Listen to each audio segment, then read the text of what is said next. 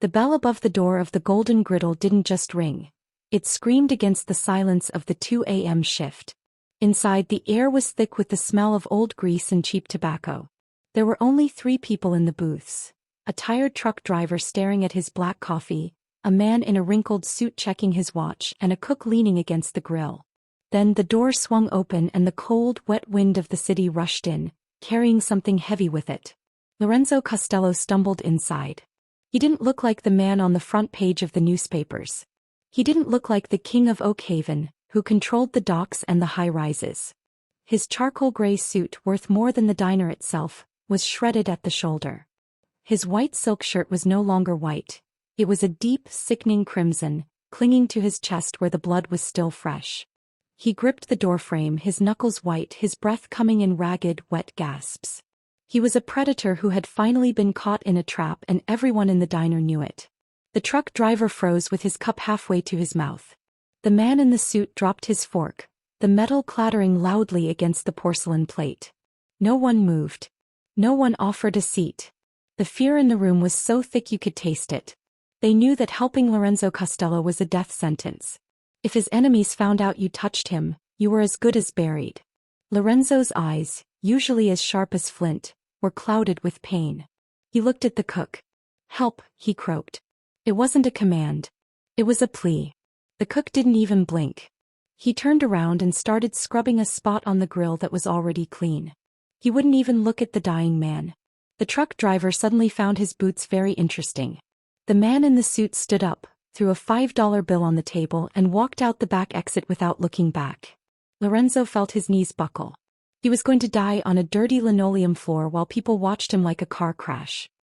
He felt the coldness of the floor meeting his shoulder as he slumped against a booth. He was the most feared man in 3 states, and he was being ignored to death. Then he heard the sound of sensible shoes clicking on the floor. Isabella Thorne walked out from the kitchen carrying a tray of clean silverware. She was young, maybe mid-20s, with tired eyes and a face that had seen too many long nights. He saw the blood. He saw the man. She saw the monster that the city whispered about. But unlike the others, she didn't turn away. She set the tray down on a table and walked straight toward him. The cook hissed from the back, "Isabella, don't. You know who that is. You get involved with him, you're dead. Just let him be." Isabella didn't listen. She knelt down in the blood, her yellow waitress uniform staining instantly. She didn't look at his gun or his expensive watch. She looked at the man who was fading out right in front of her.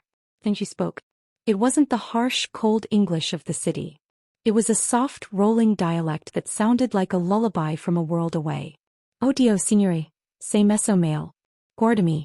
Resta con me non chudurgli occhi." Lorenzo's eyes snapped open. The words hit him like a jolt of electricity. It was the specific melodic Italian of his home village in the mountains, a place he hadn't seen since he was a boy. It was the language of his mother, the language of the only time in his life he had ever felt safe. "You," Lorenzo whispered, his voice trembling. "How?" "My grandmother never let us speak anything else at the dinner table," she said softly, switching to English but keeping that gentle, familiar tone. "She said our language is the only thing the world can't take away from us." She reached out and put a hand on his cheek. Her skin was warm. It was the first time in years someone had touched him without wanting something or without trying to kill him. "I'm Isabella," she said. "And you're not dying in my section. I don't care who is chasing you. Before we go any deeper into this intense night, I want to take a moment to say a huge hello to all of you. I'm so incredibly happy to have you here. Whether you're watching from a rainy city or a sunny beach, I hope you're having an amazing day. Where are you joining us from? Let me know in the comments. I love reading about all the different places you guys are from. And hey, if you want to see if Lorenzo makes it out of this diner alive, make sure you hit that subscribe button and turn on the notifications. It really helps the channel, and I'd love to have you as part of the family." Lorenzo looked at the girl. She was tiny compared to him, but she was standing like a shield between him and the rest of the world. "They're coming," Lorenzo warned, his hand feebly grabbing her wrist. "The men who did this, they won't stop. They'll kill you just for looking at me." Isabella didn't flinch. She grabbed a stack of clean napkins and pressed them hard against the wound in his side. Lorenzo let out a low, guttural groan, his head hitting the back of the booth. "Let them come," she said, her voice steady. But right now you're losing too much blood to worry about them. I have a first aid kit in the back and a cellar that hasn't been used since the 1920s. We're going to get you moved before they see your car out front." The cook backed away, shaking his head. "I'm calling the cops, Isabella. I'm not losing my job over a mob boss. The cops are on his payroll, Jerry. You know that." Isabella snapped back, her eyes flashing with a fire that surprised even Lorenzo. "If you call them, you're just handing him over to be finished off. Now either help me carry him or get out of the way." Lorenzo felt a strange sensation in his chest. It wasn't the pain of the bullet. It was a spark of something he thought had died a long time ago. Hope. This girl, a total stranger, was risking everything for him because she heard a few words of her mother's tongue. Outside, the sound of a high-performance engine cut through the rain. A black SUV screeched to a halt across the street, its headlights bathing the diner in a harsh, cold light. The hunters had arrived. Isabella looked at the headlights, then back at Lorenzo. She didn't scream. She didn't run. She hooked his arm over her shoulder. "Lean on me," she commanded. "And don't you dare die on me, Costello. We have work to do." As they struggled toward the kitchen, Lorenzo realized that the city was wrong. They thought he was the most dangerous thing in Oakhaven. But they hadn't met the waitress at the Golden Griddle yet. The cellar was cold, smelling of damp earth and forgotten crates of canned peaches. Isabella had managed to get Lorenzo onto an old wooden cot tucked in the corner, far from the prying eyes of the street-level windows. She moved with a strange, practiced efficiency, tearing open a first aid kit she had grabbed from the manager's office. Lorenzo lay back, his breath coming in shallow hitches. Now that they were out of the immediate line of sight, the reality of his situation was sinking in. He looked up at the low, timbered ceiling, the flickering light of a single bare bulb casting long, dancing shadows across the room. He was a man who lived in a world of marble and glass, protected by layers of steel and men with cold hearts. Now his life depended on a girl who smelled like maple syrup and bleach. "Why?" he rasped again, his voice barely a whisper. "You have no idea what you're doing, Isabella." She didn't look up as she poured antiseptic onto a clean rag. "I know exactly what I'm doing. I'm cleaning a wound so you don't get sepsis and die on my watch. Hold your breath. This is going to hurt." As she pressed the cloth to the jagged tear in his side, Lorenzo's world went white.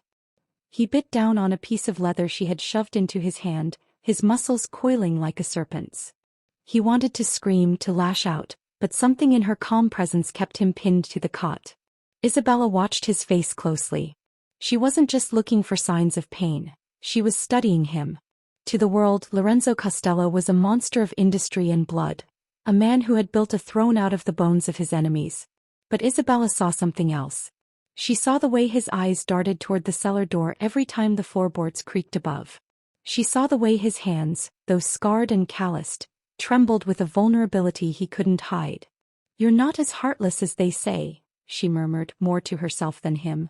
"I've killed men for less than what happened tonight," Lorenzo growled through gritted teeth as the pain began to ebb into a dull, throbbing heat.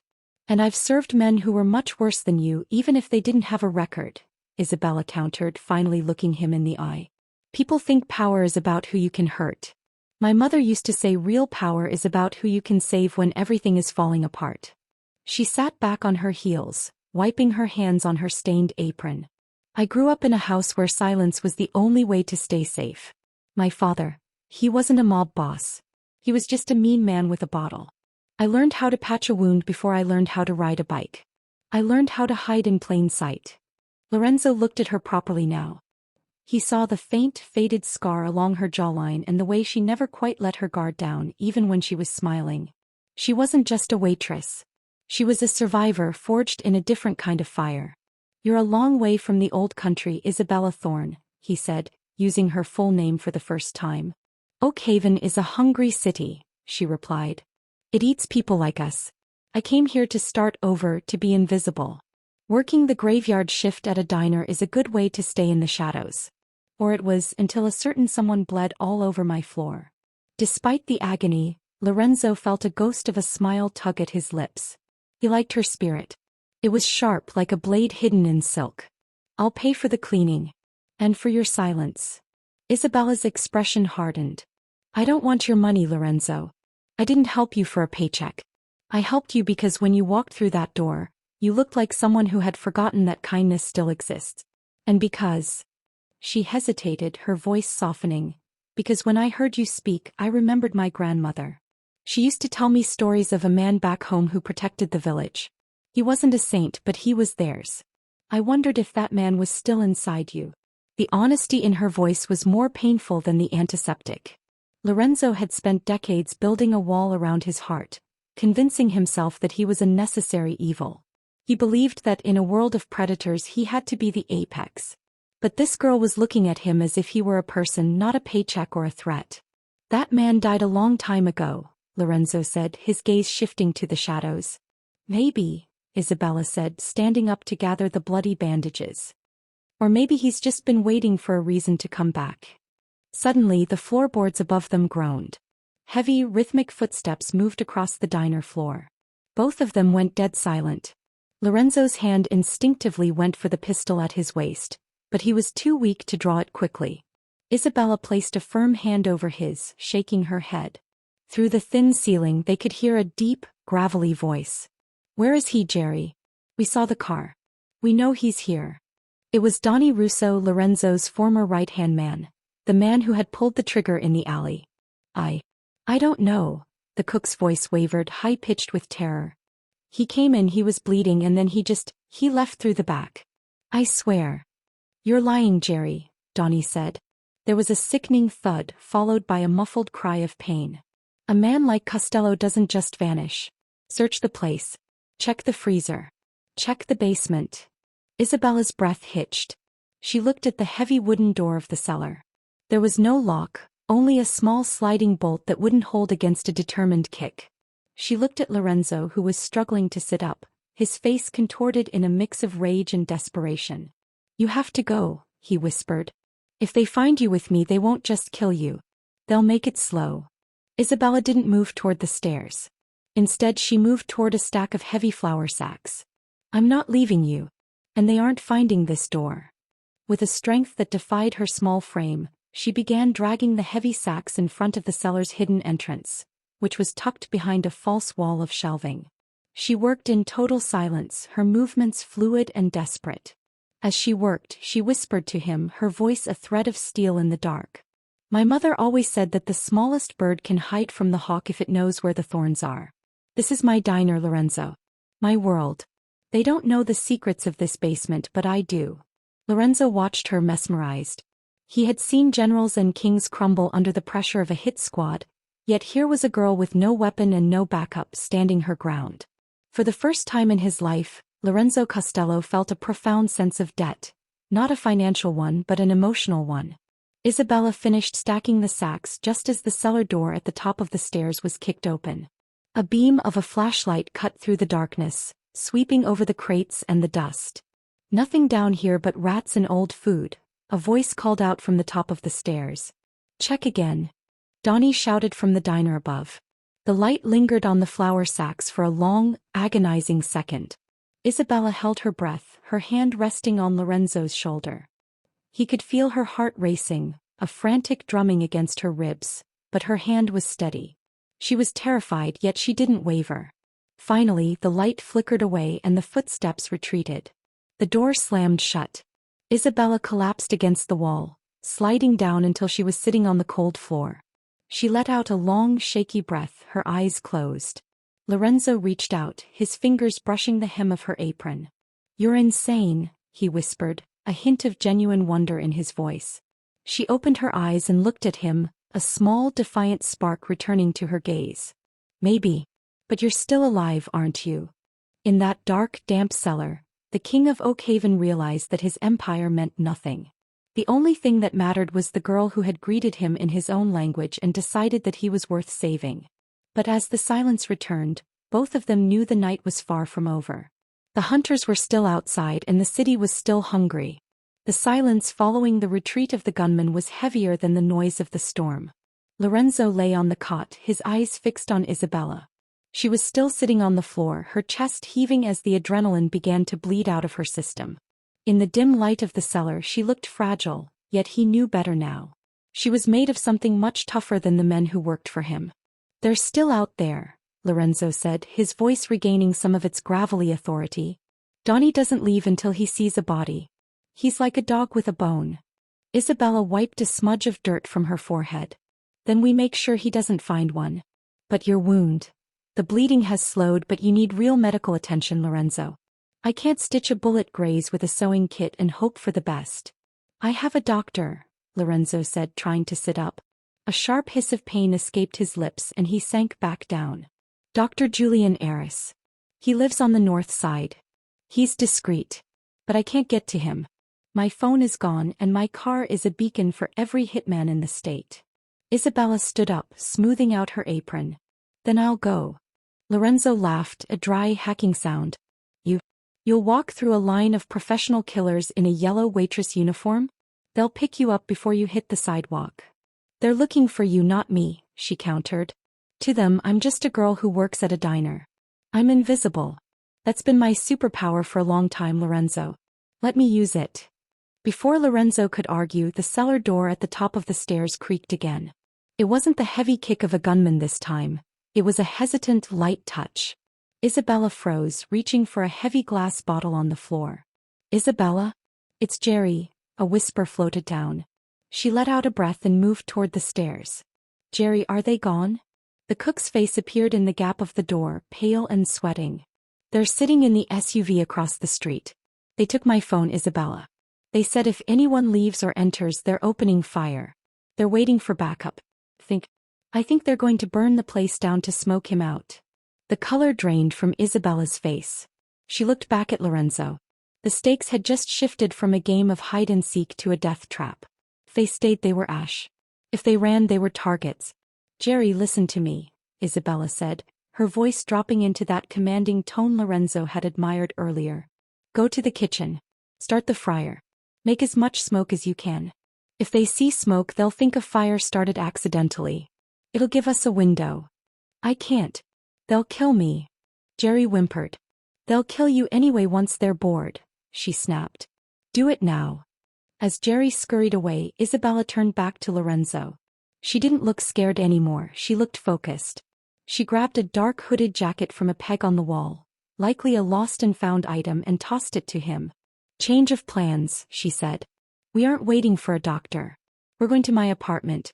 It's 3 blocks away through the alleyways. If we can get past the perimeter, we have a chance. Lorenzo struggled to his feet, leaning heavily against the stone wall. He felt like a titan carved from salt, ready to dissolve at any moment. But as Isabella stepped closer to help him, their eyes met. In that small, cramped space, the air suddenly felt electric. It wasn't just the fear, it was the proximity. He could smell the faint scent of vanilla and rain on her skin. He reached out, his large hand gently cupping her chin. It was a gesture of uncharacteristic tenderness.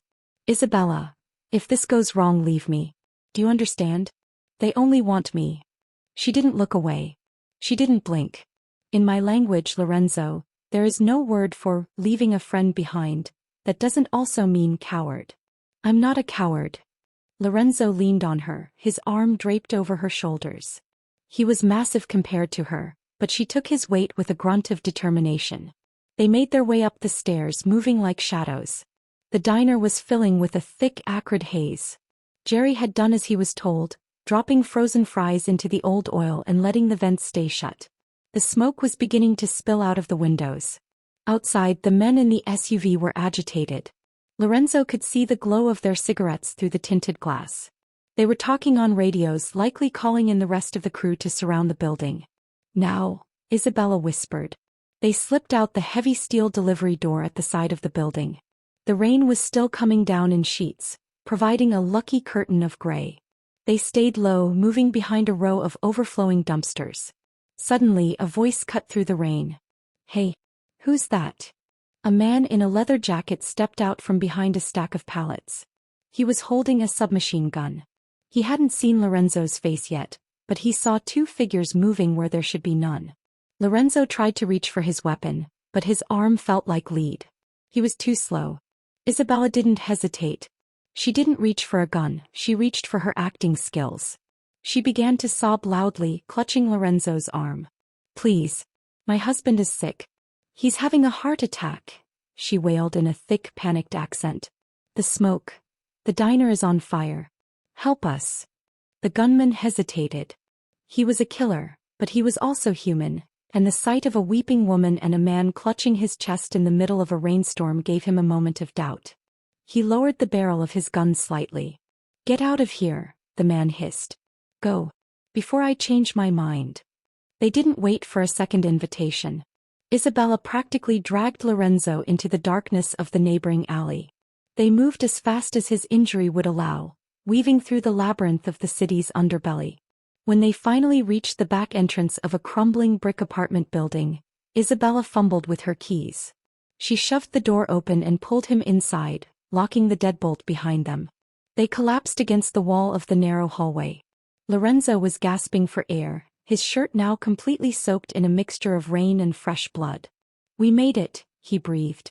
Not yet, Isabella said, looking at the door. But we're a lot closer.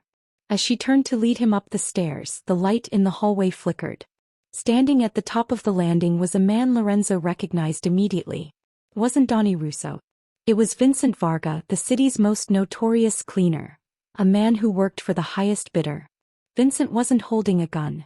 He was holding a photo of Isabella. Isabella Thorne, Vincent said, his voice smooth and terrifyingly calm. Or should I call you by your real name? The daughter of the man who stole $10 million from the Costello family 10 years ago. Lorenzo's blood went cold. He looked at the girl who had just saved his life. The girl who had spoken to him in his mother's tongue. Isabella wasn't just a waitress. She was the daughter of his greatest enemy. The air in the narrow hallway turned frigid, more freezing than the rain-soaked streets they had just escaped. Lorenzo leaned against the peeling wallpaper, his hand instinctively hovering near his waist, but his body was failing him. His eyes, sharp and lethal even in his weakened state, shifted from the man on the landing to the woman standing beside him. Vincent Varga didn't move. He stood at the top of the stairs like a gargoyle, dressed in a tailored gray suit that looked untouched by the chaos outside. In his hand, the photograph of a much younger Isabella, smiling, standing next to a man with a crooked nose, felt like a death warrant. $10 million, Lorenzo repeated, his voice a low, dangerous rumble. The name of the man in the photo, Silvio Thorne, flashed in his mind. Silvio had been a trusted accountant for the Costello family until he vanished into thin air a decade ago, taking the retirement funds of half the organization with him. Lorenzo had spent 3 years hunting him before the trail went cold in a small coastal town in Italy. Isabella didn't run. She didn't scream. She slowly let go of Lorenzo's arm and stood straight, her chin tilted upward. The invisible waitress persona evaporated, replaced by the steel of a woman who had been running her entire life. My father is dead, Vincent, she said, her voice echoing in the stairwell. He died in a gutter in Naples 5 years ago. He spent every cent of that money trying to buy a life he didn't deserve. I haven't seen a penny of it. The boss doesn't care about the history of the ledger, Isabella, Vincent said, finally drawing a silenced pistol from his shoulder holster. He cares about the balance. And right now you are the only collateral left. Lorenzo felt a surge of something he hadn't felt in years. Genuine conflict. This girl was the spawn of a thief who had humiliated his family. By the laws of the underworld she should be executed. But she was also the woman who had knelt in his blood, who had spoken the words of his ancestors to pull him back from the brink of death. She's with me, Varga, Lorenzo growled, forcing himself to stand upright. The pain in his side felt like a hot iron, but he ignored it. Put the gun down. Vincent looked amused. With you, Lorenzo? Look at yourself. You can barely stand. Donnie is tearing the city apart looking for you, and you're protecting the daughter of the man who spit in your face? Your men won't follow a leader who protects a thorn. Then I'll find new men, Lorenzo snapped. But if you pull that trigger you better not miss. Because if I survive this minute I will spend the next 10 years making sure you regret it. Before the tension could snap, a loud crash came from the front door of the apartment building. Donnie Russo's crew had found the trail. The sound of heavy boots hitting the floorboards below signaled that time had run out for everyone in the hallway. We don't have time for this, Isabella hissed. She grabbed a heavy brass fire extinguisher from the wall and hurled it down the stairs toward the approaching gunman.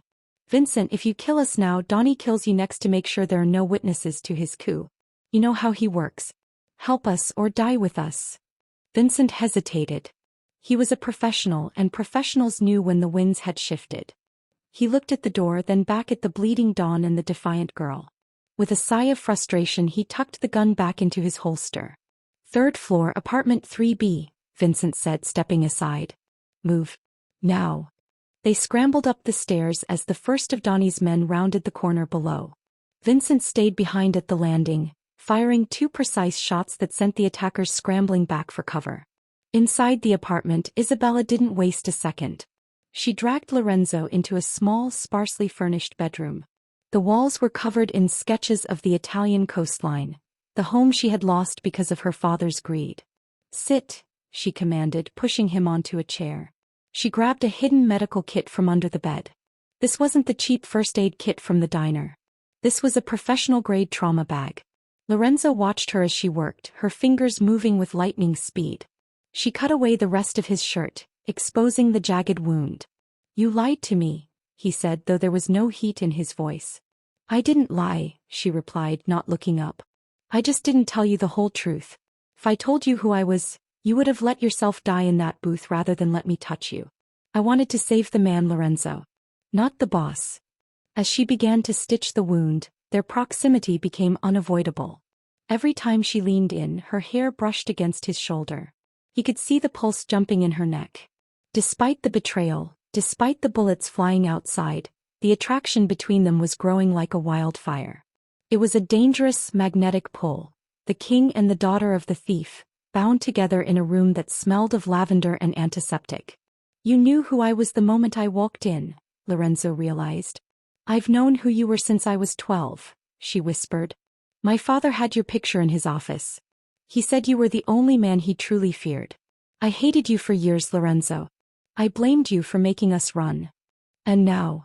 She paused, the needle hovering over his skin. She looked up, her brown eyes searching his silver ones. "Now I see a man who is just as tired of running as I am." The sound of gunfire intensified outside the bedroom door. Vincent was holding the hallway, but he was only one man. "It's done," Isabella said, tying off the last stitch. She handed him a clean black sweater. "You need to move. There's a fire escape through the window that leads to the roof. From there we can jump to the next building." Lorenzo pulled the sweater on, the dark fabric hiding the fresh bandages. He felt stronger, the adrenaline of her presence acting like a drug. He grabbed her hand, pulling her close. "Why did you save me, Isabella? Really?" She looked at the door, then back at him. "Because when you spoke Italian you didn't sound like a boss. You sounded like someone who remembered what it was like to be loved. I haven't heard that sound in 10 years. The bedroom door burst open. Vincent stumbled in, his shoulder bleeding. "They're through. We have to go." Lorenzo stood up, his height dominating the small room. He looked at the sketches on the wall, the dreams of a girl who had been punished for her father's sins. He reached out and grabbed one, tucking it into his pocket. "If we make it out of this," Lorenzo said, looking at Isabella with an intensity that promised 1,000 different futures, "I'm taking you back to that coast. And no one will ever make you run again." They climbed onto the fire escape just as Donnie's men flooded the room. The cold rain hit them again, but this time, Lorenzo didn't stumble. He held Isabella's hand tight, leading her into the dark. The king of Oakhaven was back on his feet, and he was no longer alone. The roof of the apartment complex was a graveyard of rusted satellite dishes and puddles that reflected the flickering neon of the city below. Lorenzo, Isabella, and a wounded Vincent crouched behind a low brick parapet as the sound of boots scrambled up the fire escape behind them. The rain was finally tapering off into a thick, suffocating mist. "We can't keep running," Vincent spat, clutching his bleeding shoulder. "Donnie has every exit blocked. He's moved half the syndicate into these 3 blocks. He's not just looking for you anymore, Lorenzo. He's looking to erase the evidence of his betrayal." Lorenzo looked at Isabella. Her hair was matted to her forehead, and her yellow waitress uniform, now mostly brown and red, clung to her skin. She looked exhausted, yet her eyes remained fixed on the horizon, searching for a path they hadn't seen yet. "Wait," Lorenzo said, his voice dropping to a dangerous low frequency. He turned to Vincent. "How did Donnie know exactly where the meeting was tonight?" "Only 4 people had those coordinates. Me, you, Donnie, and Silas Vance. Silas Vance was Lorenzo's consigliere, a man who had been like a father to him since he took over the Costello Empire. The thought of Silas betraying him felt like a physical blow to the chest, worse than the bullet wound. Silas wouldn't. Vincent shook his head. He's been with the family for 40 years. Silas has been looking for that $10 million for 40 years, Isabella interrupted, her voice sharp. She looked at Lorenzo. Before my father died, he sent a letter. I never told anyone. He said he didn't steal the money alone. He said he was the fall guy for someone higher up who wanted to retire in luxury. He said the man who helped him move the money was the same man who told him to run, Silas Vance. The world seemed to tilt on its axis. Lorenzo felt the foundations of his life cracking. Everything he had built, his loyalty, his empire, his sense of order, was based on a lie. Silas hadn't been protecting the family. He had been gutting it from the inside, using Donnie as a blunt instrument to finish the job once the trail of the missing money got too warm. He used you, Isabella whispered, her hand finding Lorenzo's in the dark. He made you the monster so he could be the saint in the shadows. Lorenzo didn't roar with anger. He didn't smash anything. He became terrifyingly still. This was the revelation that shifted everything. He wasn't just fighting for his life anymore. He was fighting a ghost that had been haunting him for a decade. If Silas is the architect, Lorenzo said, his silver eyes flashing with a cold, predatory light, then he's waiting at the estate. He thinks I'm dead and he thinks Donnie is cleaning up the mess. He's probably already sitting in my chair drinking my scotch. We can't get to the estate, Vincent pointed out. We're trapped on a roof in the slums. Isabella looked at the building across the narrow alley. It was a condemned warehouse, its windows boarded up with plywood. The warehouse. My father used to say there was a tunnel system connecting the old textile mills to the docks. If we can get inside, we can reach the harbor. I have a friend with a boat. We don't go to the estate by land. We go by sea. Lorenzo looked at her, truly seeing her. She wasn't just the daughter of a thief or a waitress in a diner. She was a strategist who had been forged in the same fires as he had. He reached out, his thumb tracing the line of her jaw. The romantic tension that had been building since she first spoke to him in Italian reached a breaking point. In the middle of the rain, on a roof surrounded by enemies, he pulled her to him and kissed her. It wasn't a gentle kiss. It was desperate, raw, and tasted of salt and iron. It was a seal of a new alliance. For the first time, Lorenzo wasn't protecting her because of a debt. He was protecting her because she was his equal. They made the jump. It was a terrifying leap across a 20-foot gap, but the adrenaline fueled them. They crashed through a high window into the warehouse, landing on piles of rotting fabric. Inside, the air was stagnant and smelled of dust.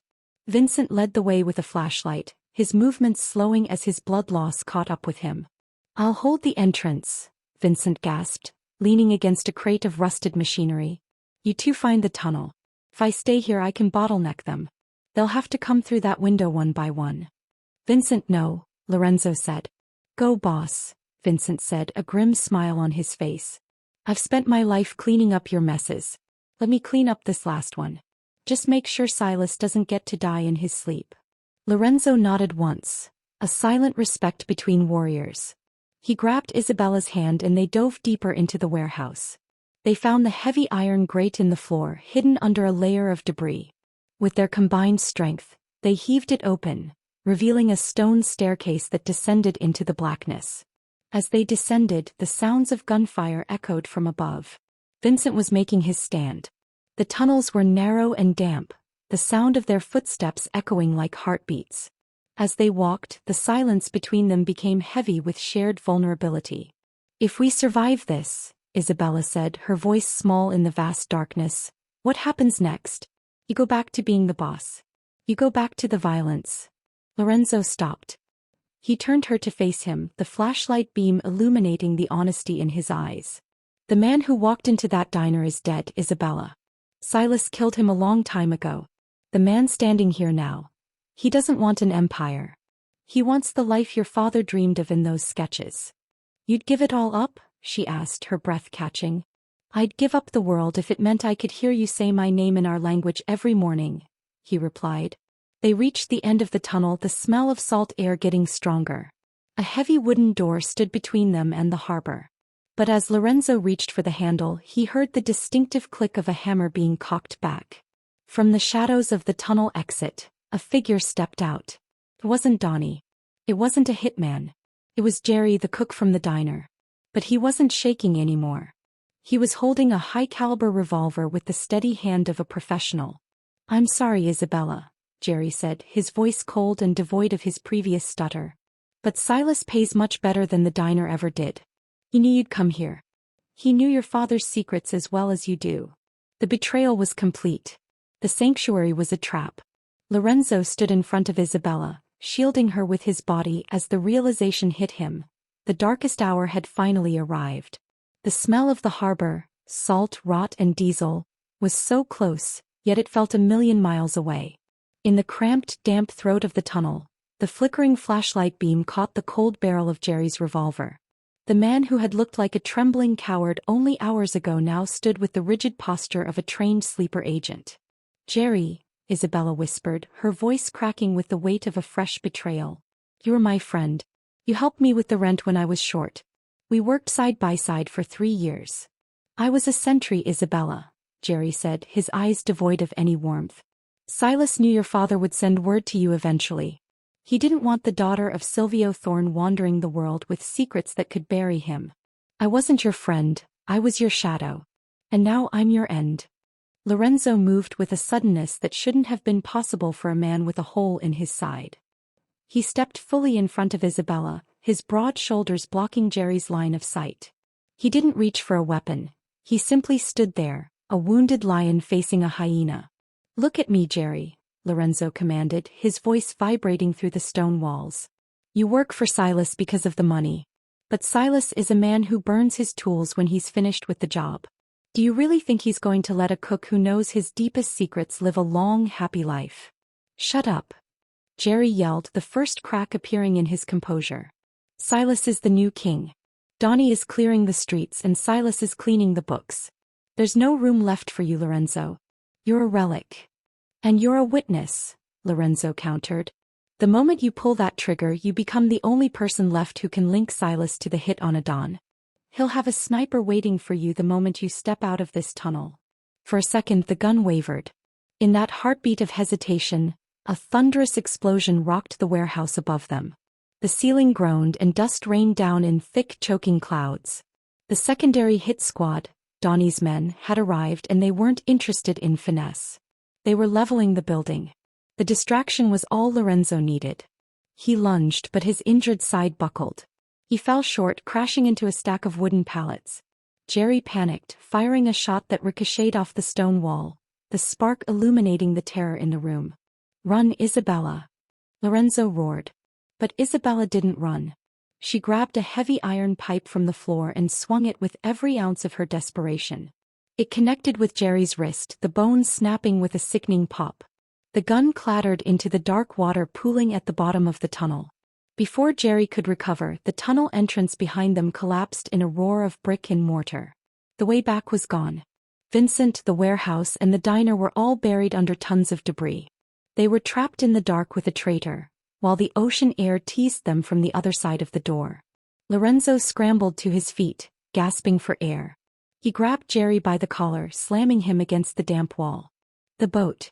Where is it?" Jerry laughed, a wet, wheezing sound.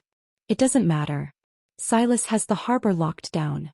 Even if you get to the water, you'll never get past the Coast Guard cutters he's bought and paid for. You're already dead, Lorenzo. You're just too stubborn to lie down." Lorenzo let him go. Jerry slumped to the floor, clutching his broken arm. Lorenzo turned to Isabella, and for the first time she saw true despair in his eyes. He looked at his hands, covered in her blood, his blood and the filth of the city.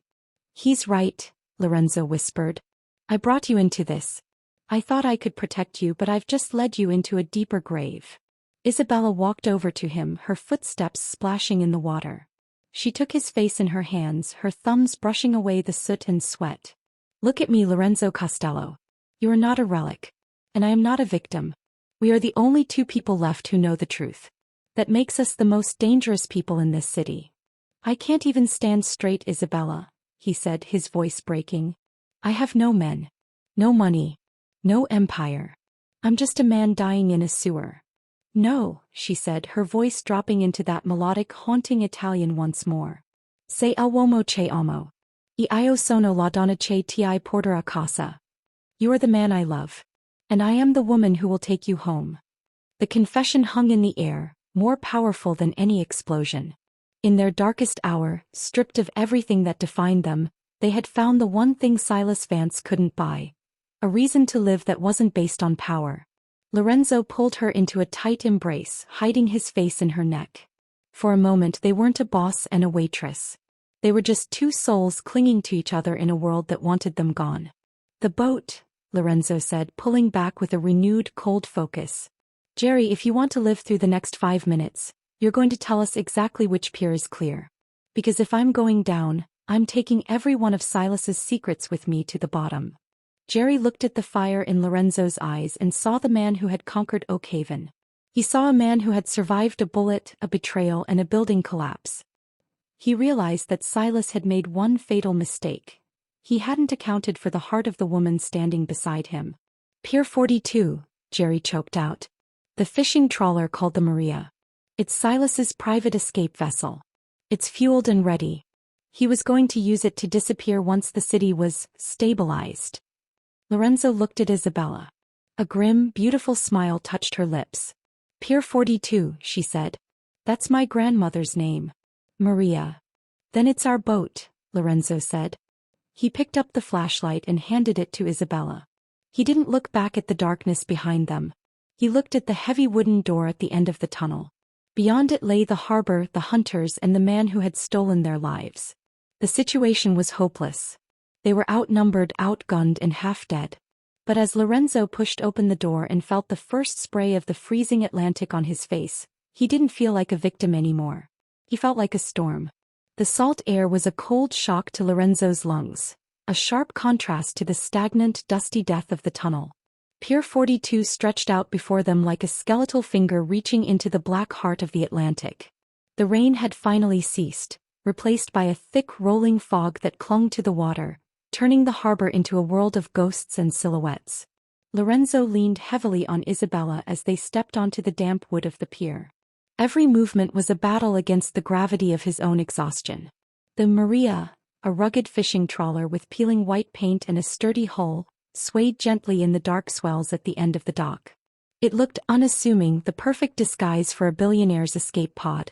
We're almost there, Isabella whispered, her voice a steady anchor in the chaos of his mind. Wait, Lorenzo rasped, pulling her back into the shadow of a rusted shipping container. His instinct, honed through decades of surviving the unsurvivable, was screaming. Look at the deck. Two men stood near the gangplank, the glowing embers of their cigarettes cutting through the mist. They weren't wearing the cheap leather jackets of Donnie's street thugs. They were wearing tactical gear, Silas's personal security. These were professionals who didn't miss. We can't fight them, Lorenzo, Isabella said, her eyes scanning the perimeter. Not like this. I have a gun, but I've only ever fired one at a range with my father, a lifetime ago. Lorenzo looked at his hands. They were steady now, fueled by a cold, crystalline clarity that only comes when the path is narrowest. You won't have to. We don't need to win a gunfight. We just need to start the engine. How? Lorenzo reached into his pocket and pulled out the crumpled sketch he had taken from her apartment. The drawing of the Italian coast. He handed it to her. This is what we're fighting for. I need you to find the strength for one more deception. Can you get to the fuel lines on the landward side of the pier? Isabella looked at the sketch, then back at the man who had become her world in the span of a single bloody night. She nodded. What are you going to do? I'm going to remind them why they used to fear the name Costello, he said. Isabella vanished into the fog, moving with the silence of a shadow. Lorenzo waited until he heard the faint clink of metal against metal near the fuel depot. Then he stepped out into the middle of the pier, right into the line of sight of the guards. Looking for me? Lorenzo's voice was a low, terrifying boom that seemed to come from the fog itself. The guards snapped their rifles up, the red lasers of their sights dancing across Lorenzo's chest. Costello. Don't move, one of them shouted into his radio. We have the target on Pier 42. I repeat, target is in sight. Lorenzo didn't stop walking. He moved with a slow, deliberate pace, his coat fluttering in the sea breeze. He looked like a man who had already died and had simply forgotten to stop moving. "Silas is a coward," Lorenzo said, his voice reaching the guards even over the slap of the waves. "He's hiding in his mansion while he sends children to do a man's job. Tell him I'm here. Tell him the ledger isn't closed yet." The guards hesitated. They were trained to shoot, but the legend of Lorenzo Costello was a powerful thing. For a moment they weren't looking at a wounded man. They were looking at the king of Oakhaven. Suddenly, a massive burst of flame erupted from the fuel depot behind them. Isabella had severed the line and ignited the residual gas with a flare. The explosion wasn't enough to destroy the pier, but it was enough to send a wall of fire and black smoke billowing into the air, blinding the guards and cutting off their communication. In the confusion, Lorenzo didn't run away, he ran forward. He tackled the nearest guard, using his weight to send both of them over the side of the pier and into the freezing water below. On the deck, Isabella scrambled up the gangplank. She didn't know how to pilot a trawler, but she knew how to find a key. She burst into the bridge, her heart hammering against her ribs. The keys were there, hanging on a hook just as Jerry had said. Below the surface, the water was an icy tomb. Lorenzo struggled with the guard, the cold seeping into his wound like 1,000 needles. He pushed the man away, kicking toward the surface. When his head broke the water, he saw the Maria's engines roar to life, the twin screws churning the harbor into a white froth. "Lorenzo!" Isabella screamed from the railing, throwing a life ring into the dark water. He grabbed it and she hauled him toward the hull with a strength that came from pure, unadulterated love. As he climbed the ladder, the second guard began firing from the pier, the bullets thudding into the thick wood of the boat. Lorenzo collapsed onto the deck, shivering violently. Isabella was at his side in a second, wrapping her arms around him. "We're moving. Lorenzo, we're moving." But they weren't alone. From the cabin, a figure stepped out, holding a glass of amber liquid in one hand and a suppressed pistol in the other. It was Silas Vance. He looked older in the moonlight, his face a mask of disappointment. "I really hoped you'd die in that diner, Lorenzo. It would have been so much cleaner. A legend taken down by a random hit? It has a certain poetry to it." Silas looked at Isabella, a cruel smile touching his lips. "And you, the little thorn. You have your father's eyes. He was a coward too right until the end." "My father died to protect me from you," Isabella said, her voice trembling but her hand reaching for the gun tucked into her waistband. "Your father died because he was a liability," Silas corrected. "Just like you are now." Lorenzo tried to stand but his legs wouldn't obey. He looked at Silas, the man he had called father for 20 years. "Why, Silas? You had everything. You were the power behind the throne." "I was the servant of the throne, Lorenzo. There's a difference." Silas barked, his calm finally breaking. "I built this empire while you were still learning how to lace your shoes. I deserved the gold, not the scraps you threw me. That 10 million was mine. It was my retirement. And now, this boat is my ticket to a life where I don't have to answer to a Costello." "You'll never make it out of the harbor," Lorenzo said. "I have the codes for the coastal defense," Silas sneered. "I'm the only one who does. Once I kill you both and dump you in the deep, I'll be halfway to the Mediterranean before Donnie even realizes the city is empty." Silas raised the pistol, aiming it directly at Isabella's forehead. Ladies first. But Silas had forgotten one thing. He had spent his life dealing with men who valued power above all else. He didn't understand people who valued each other. In a move that Silas didn't see coming, Isabella didn't cower. She stepped forward, right into the barrel of the gun. "If you're going to kill me, look me in the eye, Silas. Look at the face of the family you destroyed." Silas hesitated for a fraction of a second, the same mistake Jerry had made. In that second the boat hit a massive swell. Silas stumbled and Lorenzo, using the last of his willpower, lunged forward, grabbing Silas's knees and tackling him into the railing. The gun went off, the bullet grazing the deck. The two men wrestled on the edge of the boat, the old master and the betrayed king. "Isabella. The wheel," Lorenzo shouted. "Keep us heading for the breakwater." As Isabella took the wheel, she saw the lights of a dozen police and mafia cars racing toward Pier 42. But she didn't look back. She looked at the compass heading toward the open sea. The Maria hit the open mouth of the harbor like a stallion breaking from a cage. The calm, protected waters of the pier were replaced by the violent, churning maw of the Atlantic. The boat groaned, its wooden ribs complaining as it crested a 10-foot swell and slammed back down into the trough. Rain began to fall again, not the soft drizzle of the city, but a stinging horizontal spray that felt like needles against the skin. On the deck, the battle for the soul of Oakhaven was being settled not with grand armies, but with fingers curled around throats and the desperate gasps of dying men. Lorenzo and Silas were locked in a primal struggle near the stern. Silas, despite his age, fought with the frantic, wiry strength of a man who had spent 40 years calculating his survival. He didn't fight with honor. He gouged at Lorenzo's eyes and hammered his fist into the fresh, blood-soaked bandages on Lorenzo's side. Lorenzo let out a guttural roar of agony, his vision swimming with red spots. The cold sea spray washed over them, making the deck as slick as ice. Every time the boat pitched, they slid toward the low railing, the dark, freezing water reaching up for them like a waiting grave. "You're a ghost, Lorenzo," Silas screamed over the howl of the wind.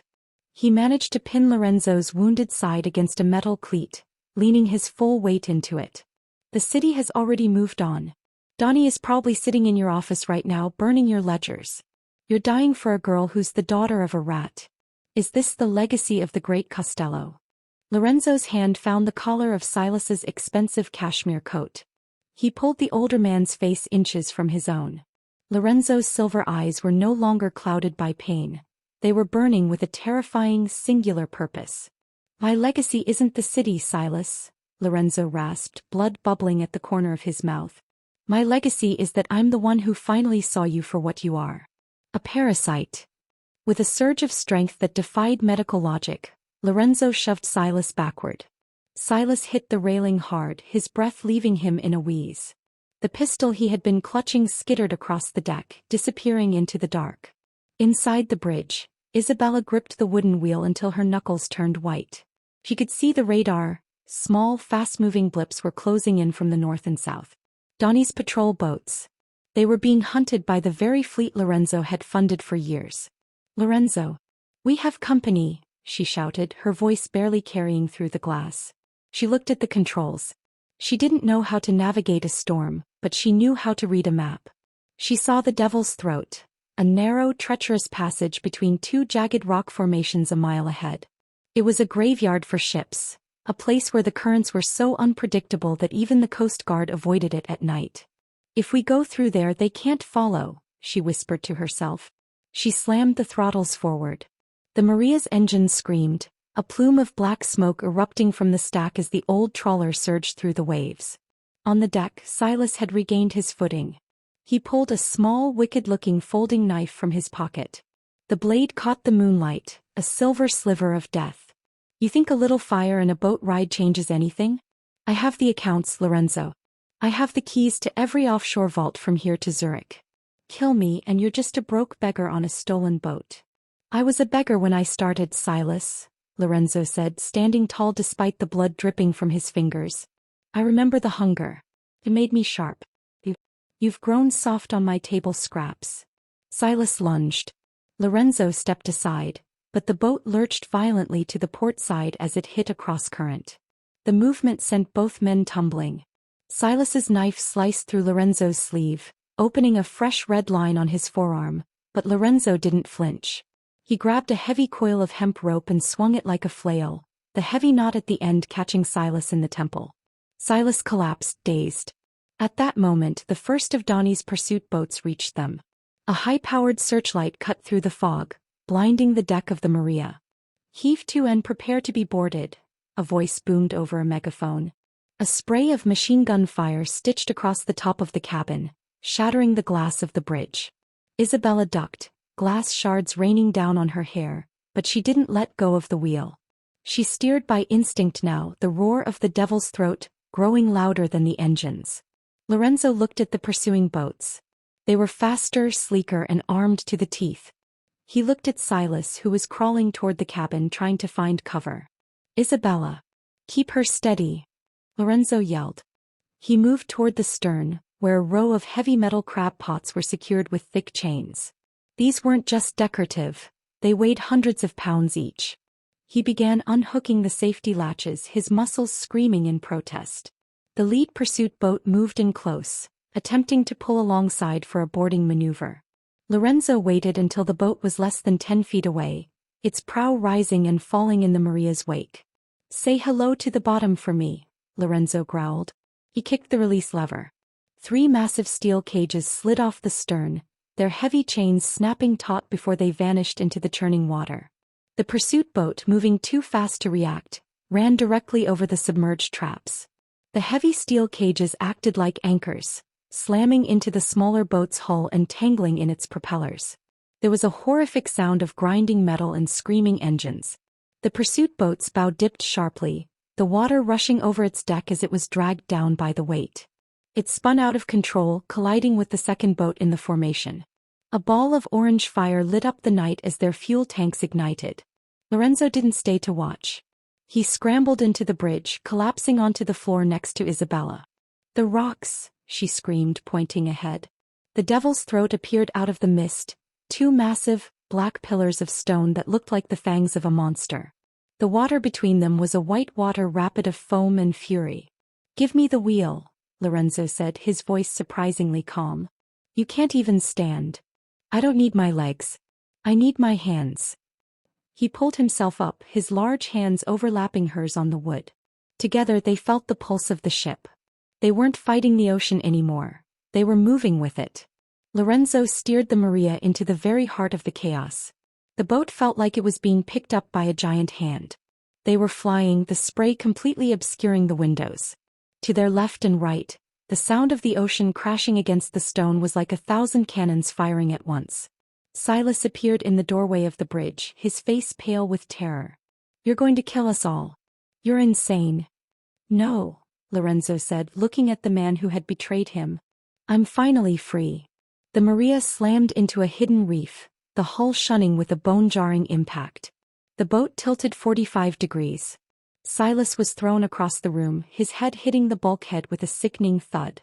He slumped to the floor, the keys to his offshore accounts falling from his pocket and sliding into a puddle of seawater. Lorenzo and Isabella held onto each other, the world spinning in a blur of white foam and black rock. For a moment it felt like the end. The ocean was pouring over the sides and the engine was coughing its last breath. But then the violence stopped. The Maria shot out of the passage like a cork from a bottle. The water suddenly became deep and calm. The roar of the rocks faded into a distant hum. They were out. They were in the open Atlantic, and the pursuit boats were nowhere to be seen, trapped or destroyed by the throat. Isabella looked at Lorenzo. His face was covered in blood, and his breath was coming in shallow gasps, but he was smiling. A real, genuine smile. "We did it," she whispered. "No," he corrected, pulling her close and pressing his forehead against hers. "You did it. You took us home." They looked down at Silas. The man was still alive, but the fire was gone from his eyes. He looked small. He looked like exactly what he was, a thief who had run out of places to hide. Lorenzo picked up the keys Silas had dropped. He didn't even look at the numbers etched into the brass. He walked to the broken window and threw them into the deep, dark water of the Atlantic. $10 million, Isabella said, watching them sink. "It was never ours," Lorenzo said. "We have something better." The sun began to peek over the horizon, a thin sliver of gold that turned the gray water into a field of diamonds. The Maria, battered and bruised, kept chugging eastward. The battle was over. The butcher of Oakhaven was gone, and the daughter of the thief was no longer running. In the quiet of the morning, the only sound was the rhythm of the waves and the heartbeat of 2 people who had found the truth in the middle of a storm. Lorenzo Costello looked at the horizon and spoke in the language of his ancestors. "Siamo liberi, Isabella."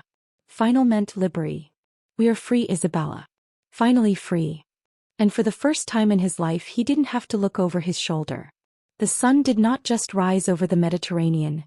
It exploded in a symphony of amber, violet, and gold. The air here was different. It didn't carry the heavy metallic weight of Oakhaven's industrial smoke or the scent of wet pavement and desperation. Here the air tasted of salt spray, wild rosemary, and the sweet, dizzying perfume of lemon groves clinging to the limestone cliffs.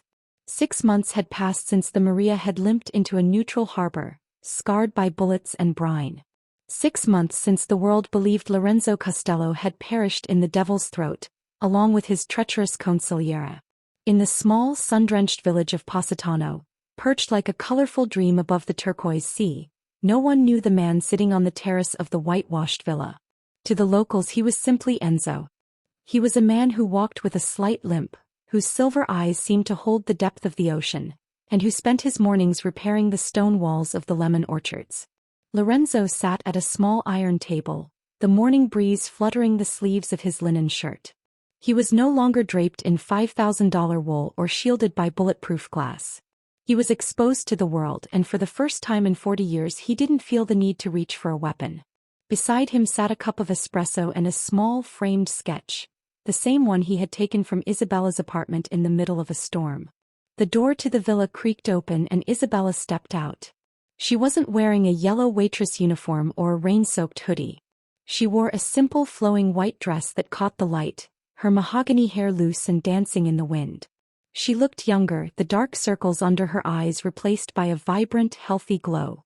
She set a plate of fresh figs and bread on the table, her hand lingering on Lorenzo's shoulder. He reached up, covering her hand with his thumb tracing the ring, a simple gold band, on her finger. "Buongiorno, amore mio," she whispered, her voice like silk. "Buongiorno," he replied, pulling her down to plant a soft kiss on her forehead. "The village is quiet today. It's Sunday," she reminded him with a smile. "Even the bells are taking their time." They looked out over the water, where the distant white sails of fishing boats dotted the horizon. It was a far cry from the dark piers of Oak Haven. Back in the city, the news had finally settled. After the disappearance of Lorenzo and the death of Silas Vance, whose body had been recovered from the wreckage of the Maria weeks later, the power vacuum had swallowed Donnie Russo whole. Without Silas's brains or Lorenzo's respect, Donnie's reign had lasted less than a month before the remaining families tore his operation apart. Oak Haven was still a hard city, but the shadow of the Costellos had lifted. The empire was gone, replaced by the chaotic, disorganized squabbling of lesser men. Lorenzo had made sure of that. Before they had left the coast of America, he had used a secure line to leak the location of every one of Silas's hidden ledgers to a whistle-blowing journalist. He didn't just walk away from his throne, he burned it so no one else could sit on it. "Do you ever miss it?" Isabella asked softly, her gaze following a seagull as it dipped toward the waves. "The power? The way people looked at you." Lorenzo turned to look at her. He thought about the fear, the coldness, and the endless nights of looking over his shoulder. He thought about the man who had walked into the Golden Griddle bleeding and alone, expecting to die among strangers. "I miss nothing about that man," Lorenzo said firmly. "That man was a prisoner who thought he was a king. I'd rather be a peasant in your garden than a god in that city." He stood up, his legs stronger now, though the scar on his side would always be a reminder of the night his life actually began. He led her to the edge of the terrace, where the cliff dropped away into the sparkling sea. "My father always said this place was a fairy tale," Isabella said, leaning her head against his chest. "I used to hate him for telling me that. I thought he was mocking the life he stole from me. But standing here, with you, I think he was just trying to remember what it felt like to be human." "He gave me the map," Lorenzo said, looking at the sketch. "But you were the one who taught me how to read it. You saved me in that diner, Isabella. Not just from the bullets." The bells of the village church began to chime, a rhythmic, peaceful sound that echoed off the stone walls.